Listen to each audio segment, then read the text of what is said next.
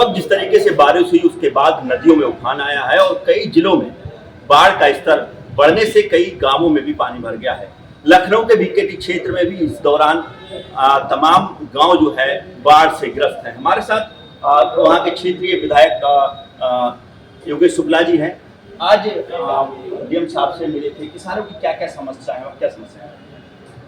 किसानों को सही मुआवजा मिले, पशुओं को हरे चारे का अभाव है तो पशुओं को चारा मिले। इसके अलावा आने जाने के लिए हम लोगों ने नाव की व्यवस्था की थी। अब नावों की संख्या बढ़ाई जाए और लोगों को मेडिसिन दवा उपलब्ध कराई जाए। खाने के लिए जो खाद्यान्न की अगर किसी परिवार में कमी है तो उसको दिया जाए और इन सभी बातों पर सहमत बनी और जल्दी ही ये सब मांगे। एक तो काफ़ी हद तक काम चल रहा है, वहाँ मुआवजा के लिए सर्वे चल रहा है और सर्वे में सभी किसान जिनका जो नुकसान हुआ है उसकी भरपाई की जाएगी।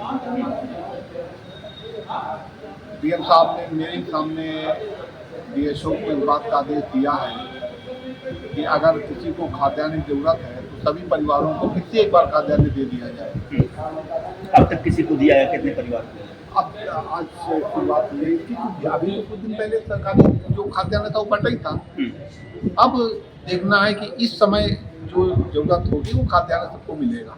अच्छा, कुछ लोगों से मैं ग्राउंड में बात किया था, तमाम किसान थे कि भैया बाढ़ यहाँ हर बार आती है। कई बार लोगों की शिकायतें थी कि हमने यहाँ की सड़क निर्माण के लिए कई बार कहा लेकिन वहाँ निर्माण नहीं हो पाया। आप तो पहली बार वहाँ विधायक बने थे, इससे पहले तमाम विधायक रहे, कई बार ऐसी समस्याएं रही, ना ही वहाँ रोड का उस तरीके से निर्माण किया गया और किसानों का ये भी कहना है कि उनको मुआवजा भी उस हिसाब से नहीं मिल पाया। मैंने आज माननीय जिलाधिकारी को और जो हमारे मुख्य चीफ इंजीनियर हैं और विभागाध्यक्ष हैं मध्य क्षेत्र के, उनको पत्र लिखा है मैंने कि सड़क की ऊंचाई बढ़ाई जाए और उसमें जितनी पुलों की ज़रूरत हो, पुलियों की ज़रूरत हो वो बनाया जाए जिससे कि पानी नीचे से निकल जाए और आवागमन सुचारू रूप से चलता रहे। मुझे विश्वास है कि इस साल मैं ये मांग जो किसानों की है इसको मैं पूरा करूँगा। चंद्रिका देवी जो धार्मिक स्थल है वहाँ के आसपास भी पानी भरा हुआ है, वहाँ किस तरीके की सावधानियाँ बरती जा रही, किस तरीके के निर्देश दिए?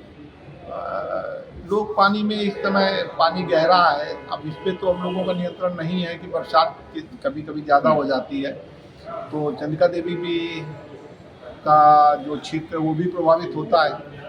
लेकिन प्रयास यही है कि किसी तरीके की कोई दुर्घटना ना हो। लोगों को सचेत किया जा रहा है, माइक से सूचना दी जा रही है, लोगों से कहा जा रहा है कि गहरे जल से दूर रहें और लेकिन इसके बाद भी श्रद्धालुओं की संख्या में कमी नहीं आई है। श्रद्धा लगातार वहाँ पहुँच। कितने गांव बाढ़ से प्रभावित हैं? एक तो बहादुरपुर है, सुल्तानपुर है, नासा है, अकड़िया कला है, अकड़िया खुर्द है, थोड़ा पार्ट जो है दुगरा का है, थोड़ा जमकुरवा का पार्ट है, तो इतने गांव और शिवपुरी का इतने गांव प्रभावित तो वहाँ पूरी तरीके से मदद पहुँची। बिल्कुल निश्चित तौर पर मदद। अभी आप देखिए वहाँ पे आने जाने में लोगों को दिक्कत और पिछले साल मैंने देखा था कि 2 बच्चे डूब के मर गए थे। वहाँ पे तैराकी करने आए थे या पानी में उतर गए थे। रोड के बराबर जो तालाब है उसी में, रोड्स के अगल बगल दोनों में।